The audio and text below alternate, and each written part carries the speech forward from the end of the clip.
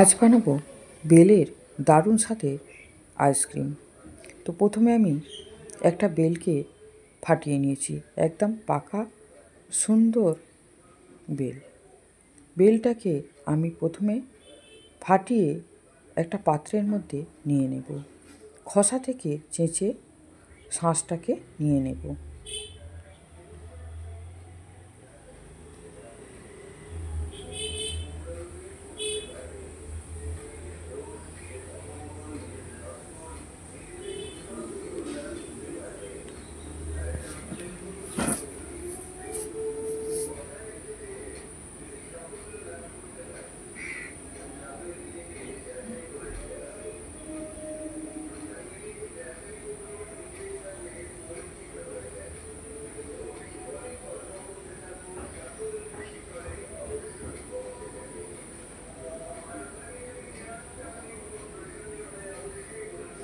এরপরে একটা মিক্সির মাঝারি সাইজের জার নিয়ে বেলটাকে নিয়ে নেব।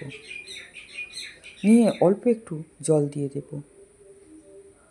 দিয়ে মিক্সির ঢাকনা দিয়ে ভালো করে একবার পেস্ট করে নিয়ে আসবো। এরপরে একটা ছাঁকনিতে ছেঁকে নেব। বেলের মধ্যে অনেক ছিপড়ে আর দানা থাকে, তাই ছাঁকনিতে ভালো করে ছেঁকে নেব। একটা চামচ দিয়ে এইভাবে নাড়িয়ে নেব, একদম ছেঁকে নিচে পড়ে যাবে।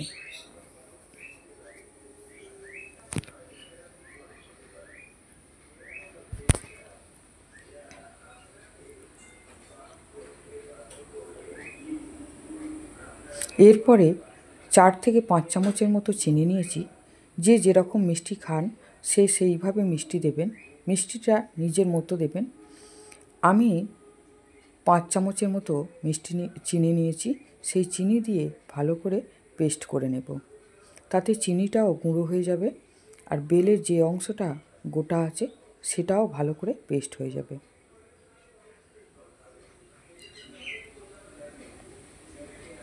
এইভাবে একটু চামচ দিয়ে ঘেঁটে নেব, নিয়ে ভালো করে পেস্ট করে নেব।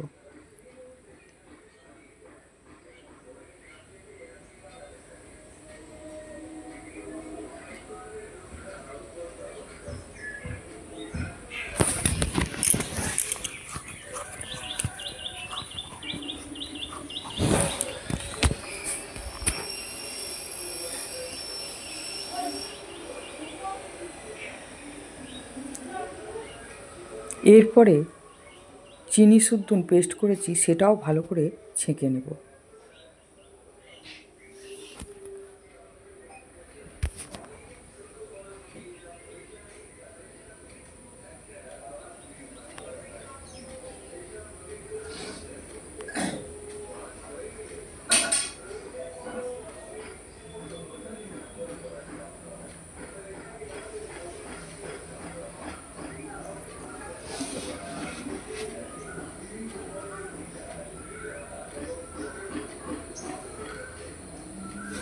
সামান্য একটু বিট লবণ নিলাম, সেই বিট লবণটা ভালো করে ঘেঁটে মিশিয়ে নেব বেলের পিউরির সঙ্গে।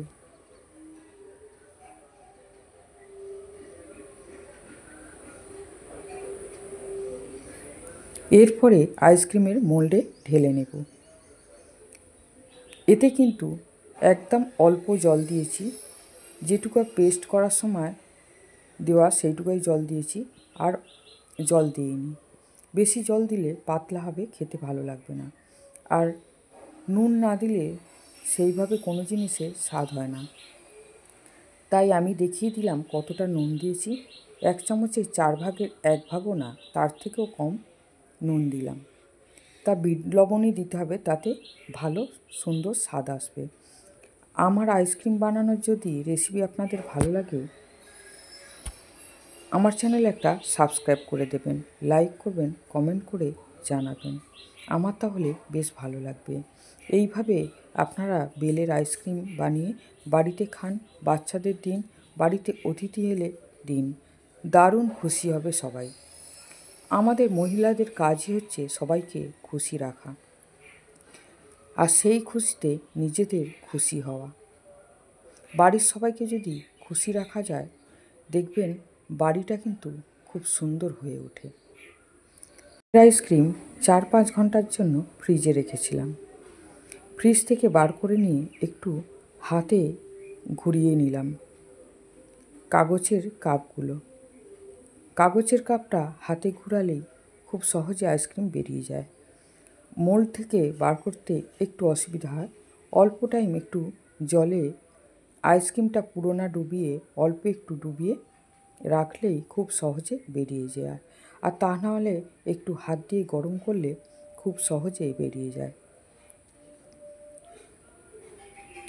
এইভাবে বাড়িতে সবাইকে বেলের আইসক্রিম করে খাওয়ান, দারুণ খুশি হবে।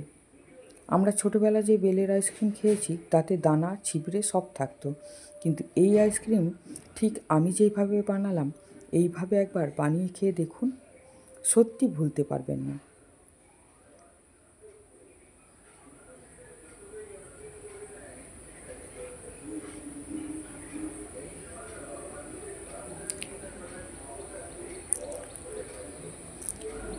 দেখেছেন দেখতে কত সুন্দর হয়েছে?